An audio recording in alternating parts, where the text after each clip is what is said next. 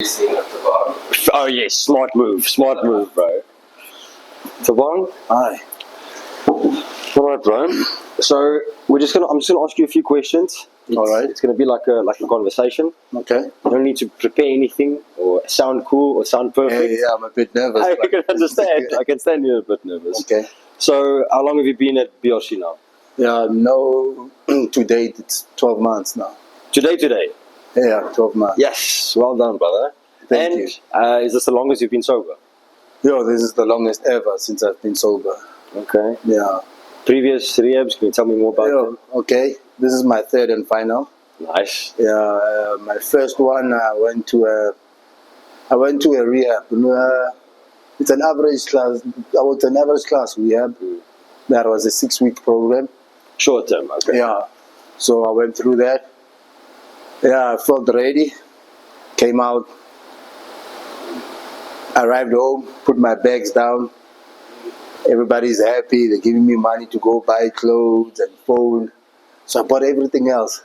But there was something in me that was there was short of something. Yeah. So Was this the same day now? yeah, that was the same day. Same day you got out. Yeah. So I tried eating chocolate. I tried having chicken licking. I tried practically almost anything, plain Monster, but it's that urge. It wasn't enough. It wasn't enough, yeah. Then across the street, there by my area, there's a mall there. So across the street is where the snake man is, the dealer. Yeah. The snake man. Yeah. The snake man. Yeah. So then, I don't know, I only saw myself walking towards the guy.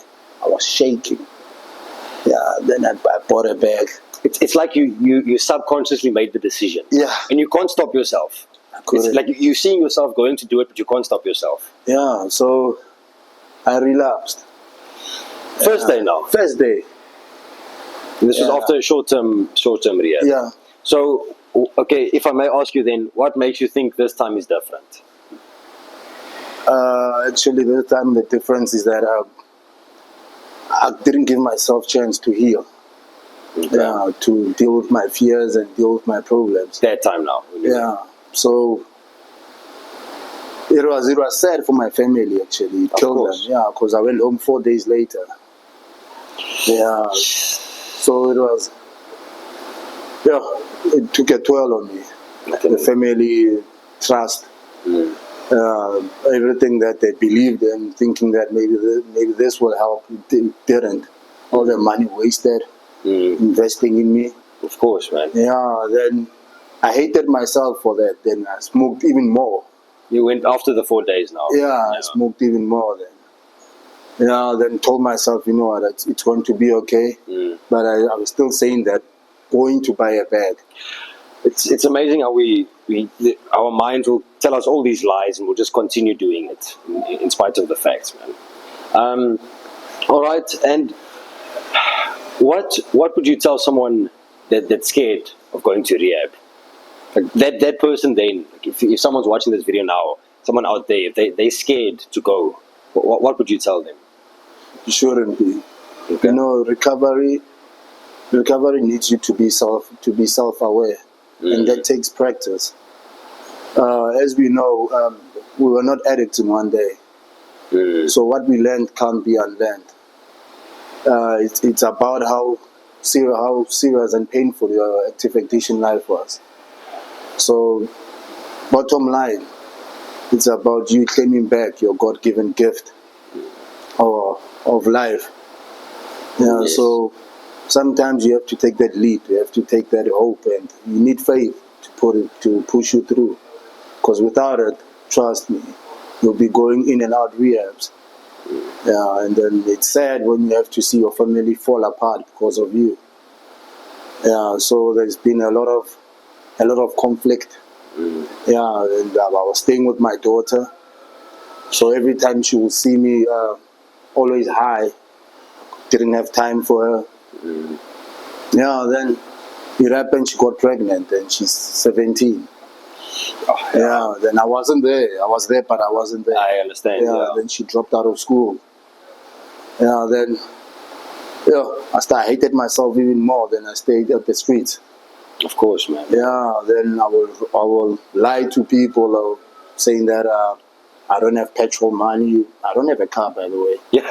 But Yeah. but your makeup, you'll say, my Yeah. jet is empty. Yeah. My helicopter. Yeah, I'll go into ShopRite, Pick and Pay, walk around with a trolley, put in stuff, and just bump into people and tell them I'm short of this amount to buy this. Some will give me money. Some will be like, no, I'll pay for you. I'll insist for the receipt so that I can refund that when it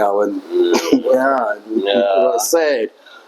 And a lot of people think that some of the guys on street, they struggle to get money. But what has your experience been on the street in order to get money? Yeah, money is always there. Nah, because that's a lot of people think, like, obviously there are people with good intentions. Yeah. They think they need to give because people are hungry or whatever. But from what I've heard from speaking to most of the addicts and the guys on the street, like, money is not a shortage. Like, in order to get just your basic food a day, you'll be able to get it if you beg around the right areas. Am I right? Yeah, that's true. Okay, can you please elaborate on that a bit? Like, what would you do? Like, what plans would you make? To get in the money. Yes, yeah. Yeah. I'll walk around with a 5-liter bottle. Yeah? Yeah, tell him that I'm stuck with a car. I need petrol. Yeah, they will give me money.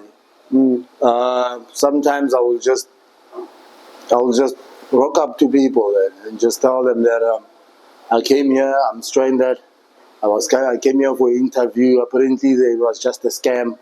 So I have to get back home. And then you dress neatly. Yeah, but then looking like I am from an interview. Yes, yeah. But then, as time goes by, throughout my addiction, it became worse now. So then it happened that I started selling my clothes so that I can get a fix. Yeah, obviously, yeah. Yeah, so I'll get a jacket. It's winter time. I'll get a jacket. Yeah, by some good Samaritan. Yeah. Yes. Yeah, I'll buy me a jacket. Then I don't have a fix. I'll go to the dealer and just take off my jacket and just give it to him to get a bag. Sometimes I'll rock up with a dealer and he'll tell me that those are nice techies. What size is that? I'll be like, no, it's a size 10. He'll be telling me, yeah, I also wear a 10. I'll take them off and he'll give me 2 bags. I'll walk barefoot. So it started becoming worse than Was this for heroin or crystal? for crystal meth. Crystal meth, okay. Yeah. So then it got out of control. Then. Yeah. Yeah, I'm not home. I'm not staying at home. I kicked myself out. I'm living by the streets, sleeping by the cut boxes, and we'll eat food from Spar. You know, Spar. The expired food. Expired Yes, food. Yeah. And Nando's, the leftovers. Yeah, they'll put it in the plastic bag by the dustbin. We'll take that. Yeah. Yeah, make a small fire there in the bush. That's where we'll sleep at. Yeah, then we'll warm up that meat and we'll eat it. Yes. Yeah. Then next thing you know, I'm starting to push a trolley now, looking for cans, looking for metal. You know, these manholes. Yes, yes. Yeah, we'll start taking that just to take it to the scrap so we can get money to smoke. Then it led from one thing to another. We'll target these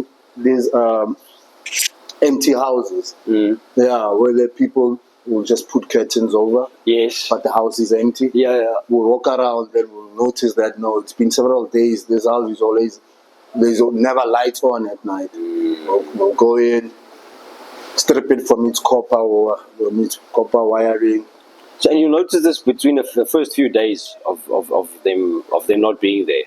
So you take notice of the houses as you. Because now you don't know where you're gonna get the cans. The only way is for you to walk around. Yeah, walk around and hoping to find cans. Because I always see these guys with the big trolleys on the streets with all the metals and stuff. But then sometimes that's just a front. Oh. Yeah, they will go into people's yards when they know that, okay, today I saw that car, it left in the morning, it came back in the afternoon. Yeah, then you just make sure that every now and then, that time where it leaves and what time it comes back, yeah, then you're like, oh, okay. So people will leave their things outside the yard. Yes. Yeah, like the lawnmower. And so what we'll do is just jump, take that, put it in that sack and just put plastics and cardboards just to cover it up. Yes. Yeah, you wear a reflector to show people that, no, I'm not, but there are those who actually do it legitly. Yeah, okay. Yeah, how do you mean legitly? Yeah, those who wear reflectors, they actually go for. Okay, I get what you're saying. Yeah, I get what you're saying. Okay. Yeah, so, and I'm interested to know, because you're such a changed man now, bro. Like I've gotten to know you the past few weeks of speaking here. Like I could never imagine a person like you doing those things, eh? Yeah, it was bad. So how would you say how do you look at that person that you were back then? Do you look at him with compassion? Are you angry at him? Like, tell me when you think back of that Thabang that used to do all these things. Like, what can you say in your relationship with that guy? Oh, sad, in pain, shame, guilt, regret. Didn't care about anything or anyone. No. Yeah, I felt alone and felt like nobody's there for them. Although my family did everything they could, but in that sense, with me, it was I felt excuse me, I felt neglected. Yeah. Yeah. Then next thing you know, even within the community now, because then they start realizing that I'm hanging around with the wrong crowd. So you find ADT following me, you find that day I'm not doing anything, but then I'll be like, oh, so now they think I'm a criminal. I'll show them. Yeah, I get what you're saying. I'll get maximum security following me around. As I encountered this other scene where I was walking, trying to. That's trouble. Just check if the mic is on. Yeah, I was walking home, trying to reconcile and trying to solve things with my family. Yeah. It was at night, so I would walk for kilometers, not knowing where you're going, not knowing what to do or where you're gonna get money. So I would just walk around and hoping maybe I'll find something that will get me money. So I decided to go home. So while I was walking into my neighborhood, you will hear the alarm going on, like they are arming the alarms. Okay. Because now they are aware with the CPF, they are aware that no, there's a criminal walking in our street. Yes. Yeah, you find some neighbors that I think that's the incident I came across. I was approaching that street. The neighbors, the family that was staying in this other house, they came out the gate. They looked for how far I was. As I was approaching the gate, they unleashed their dogs, pit bulls. Yes. Yo, I don't know. And bear in mind, I'm afraid of dogs. Like, I'm plainly afraid of dogs. Yeah, man. So then it happened that they came running out the yard, out the gate, and I'm passing the gate. I just turned, then looked forward, started walking. They just went past me. Past you? Yeah, into the bush. Oh, wow. I ran. I saw this the next door house. Yeah. There was a wall. I climbed the wall. Then I started swearing. What? Take me for? You think I'm a criminal? Yeah, of course. Home. Yeah. The Lord was on my side. I can't believe they went past you, man. Yeah. Then so in my community, I couldn't hang out in public areas because now everybody looked at me with that thing of, yeah, there's that criminal. Yeah. So I started hanging out at these concentration camps. Yeah, where there's that tavern. Yes. There, everybody doesn't care who does what. Yes. The whole criminals and the whole junkies. You belong there. You felt you belong there. Yeah. So it happened is that I wasn't supposed to be there. People were fighting over some heist that they did. Concerning sharing money there. Yeah, and then I was there to go buy drugs. Yeah, next thing you know, you walked in the wrong time. Yeah, they're clashing, and they hit me with a 1 liter bottle of black. That's how I got my scar. Check in the scar, yeah. Yeah. You weren't even part of the whole thing. I wasn't. Yeah. Yes, man. Blood came out. And I'm interested to know, Thabang, when you go out now, because you've got a month left. Yeah. In rehab in PRC. When you go out now, and you see those people that knew you back then for who you were back then, how do you think you'll handle that? Honestly, PRC helped me a lot. It gave me all the tools that I need to apply the outside world. So in terms of encountering a situation like that, honestly, I'll avoid those people. Okay. Yes. Yeah, yes. I have to. People, places, and things. Yes. Yeah. You know. Those are the triggers. Yes. Yeah. Yeah. So no matter how tempting it can get, you should always remember what drugs took you through. Yes. Yeah. So I reached my rock bottom. I actually, in preparing for my message today that I want to say to you guys, I read a piece again. It said, false nostalgia will always be a, a temptation when we are dealing with the responsibilities of the present. And what that basically means in simple terms is, like, it's crazy to think, and people who aren't addicts and who haven't been on the street won't be able to understand this, but we will be sitting here and you will get a craving. And even though you are fed well here, you've got nice clothes on, you've got better relationships with your families, but you will still want to go back to that life. Yeah. There's still a piece of you that would go back to that drug, to that feeling. It's crazy how that works, actually, eh? Yeah. It's so crazy how strong that craving is, because there you had no clean nothing, like you were in filth, you didn't have good relationships with people and all of that, but yet still there's a part of us that draws us back to that for some reason, and I struggle with that sometimes. I don't know about you. Yeah. I struggle with that sometimes. Yeah, I do. It's difficult to work through. And what other thing would you say for someone that is currently struggling? Because I know one other thing that's going to be difficult is to earn your family's trust. That will take time. That's gonna take time. Yeah. And for me, because I had an ego, and I still have an ego sometimes, Okay. and especially with my family, it was difficult, man. Because now I want to go with the car somewhere, or I want money to go somewhere, and they don't want to give me, and then I take offense immediately. I'm like, why not? And I get on my back pedal. So I want to ask you, and I'm interested to know, like, how would you deal with situations like this, like going out to earn your family's trust again? If they don't trust you, what's your mindset around that? I think foremost and firstly, it starts with communication. Okay. Yeah, you should. It's very vital and it's important throughout your recovery. Okay. Bear in mind, you've wronged them so much. And there's some scars that are, even though there's some scars that they're really there on them. Yes. So communication, speed them up, work through everything that you do.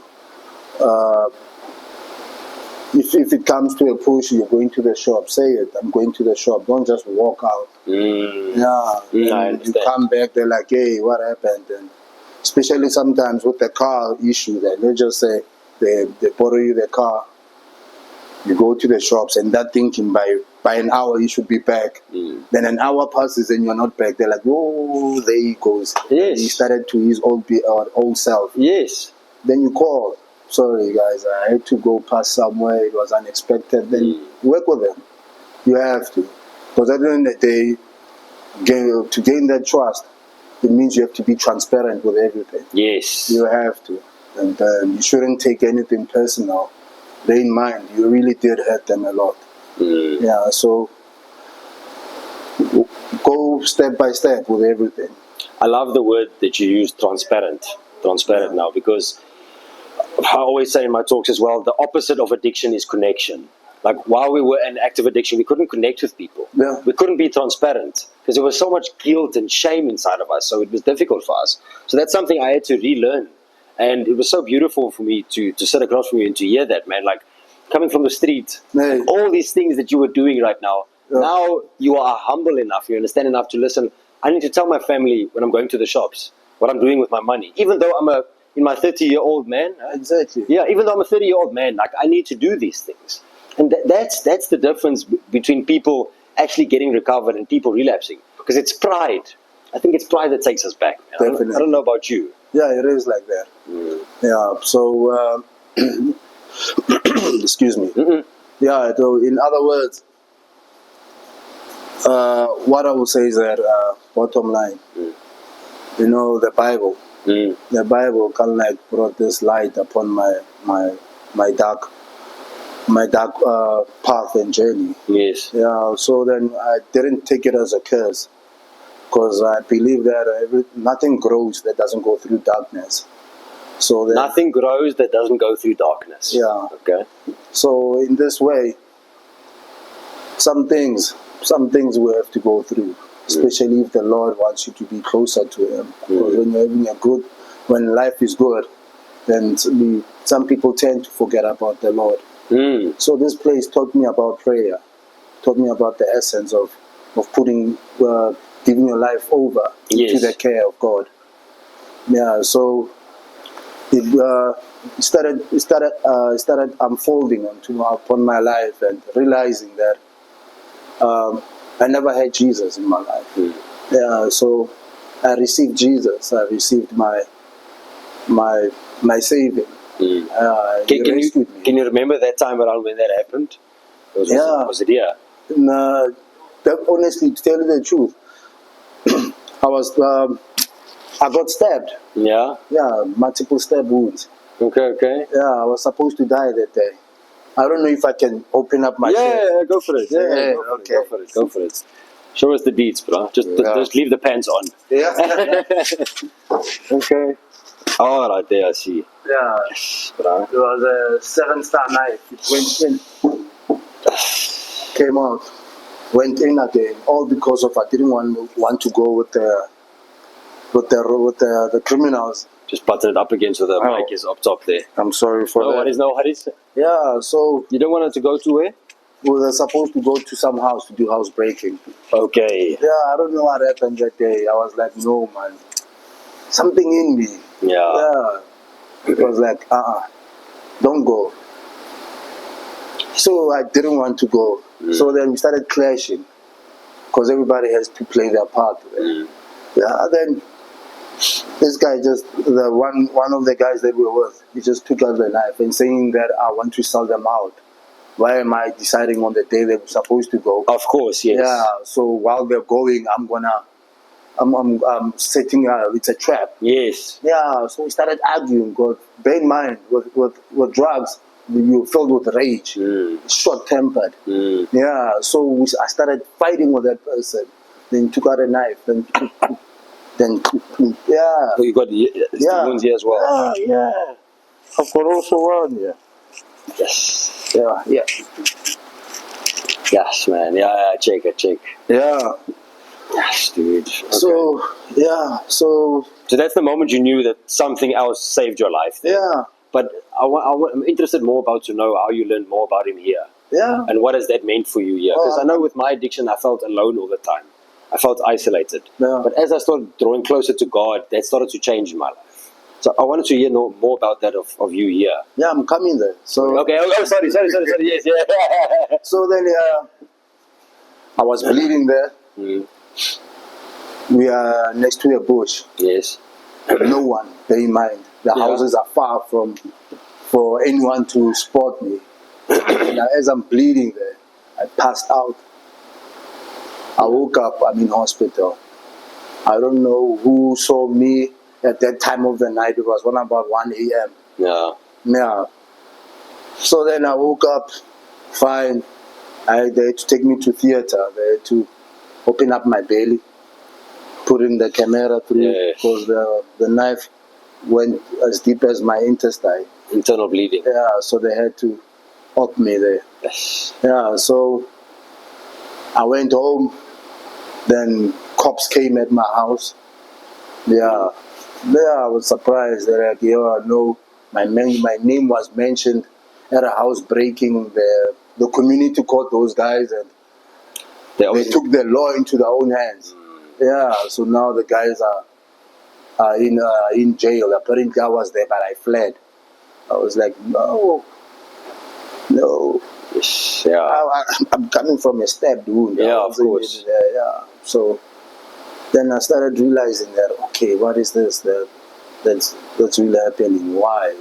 I started asking myself questions. Yeah. Then, funny enough, a week later, my brother came and fetched me and told me that I'm taking you to rehab. Oh, really? A week later? Yeah. Okay. Taking you to rehab. I was shocked. Yeah. I came here at first. I was like, you know what? I suffered enough. I lost everything. Drugs took everything from me. Did you still have the wounds when you got here? Yeah, we were healing. Yes. Yeah, okay. So this time around, I'm going to give it my all. I'm going to heal, and I'm just going to allow Jesus in. Yeah. Yeah, so it happened that while I was still in here, started when we were talking with the other service users. Yes. Yeah, then they're telling me how they got saved.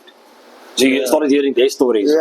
Then I started realizing that actually I got saved too. Mm. Yeah, God gave me a second chance. Yeah. To make right with my life. Mm. Yeah, so I started listening in praise and worship now. Because praise and worship, I will just sit, it'll be like, it's another hour of songs or songs. Don't want to be I don't want to do this, but I knew that I needed saving, I needed help. Then I started giving myself time now, to let Him in. Yeah, then I started realizing that the spark was always there. Yeah, so let me just allow Him to come in me. just waiting for you. Yeah, He's just waiting for me. Let the light shine even brighter.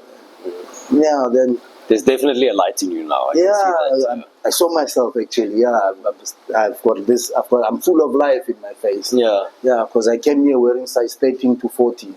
Yeah, size 13 to 14. Yeah, I was like a toothpick or a lollipop, just a stick and the head.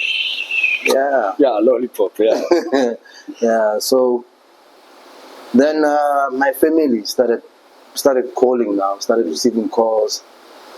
Yeah, then I was going through my step work, there's amends, there's this, there's that. Then I started realizing that, you know what, you can't do anything without God. You can't. There's no way. Without God, your life will always fall back to where it started. And I'm interested to know, thank you for sharing that, Thabang. What's the most important thing that you've learned that life is about? Now that you've gone through all of this, besides God, obviously, but apart from God, what would you think, if you think back in your life, what's the most important, valuable thing for you? If you think back. Family. Yeah, people, yes, that's the answer I was looking for. Family. Because, and like I always say it in my talks as well, the opposite of addiction is connection. And the one thing that I've realized since I've gotten sober as well is that's where my joy and my fulfillment comes from. That's where I want to be. And that's the place where I least wanted to be in my addiction. Yeah, that's the sad part. Yeah. Now we're connected again. Yeah. Out of His grace, yes. I feel more alive. Weight lifted from my shoulders. Starting to, I'm at peace. You have hope. Yeah, I have hope. I'm free from the chains. Actually, He's a chain breaker. Yeah. So it's been a while since I felt like this. Awesome. Yeah, since I felt so much peace and comfort. Yes. Yeah. So right now, I'm ready. Yeah, I can see you ready, man. I can see you. You've been ready to go. I'm gonna also share my journey through active addiction with others. Yes, of course, you have to. Step 12. Yeah. What the step 12 tells us, we have to give away in order to keep what we have. Exactly. That's why I do this as well, because I know the only way that I'm going to stay sober is by doing this, man. Yeah. Dude, thank you so much for sharing. No, thank you. This has been awesome. Yeah, you've been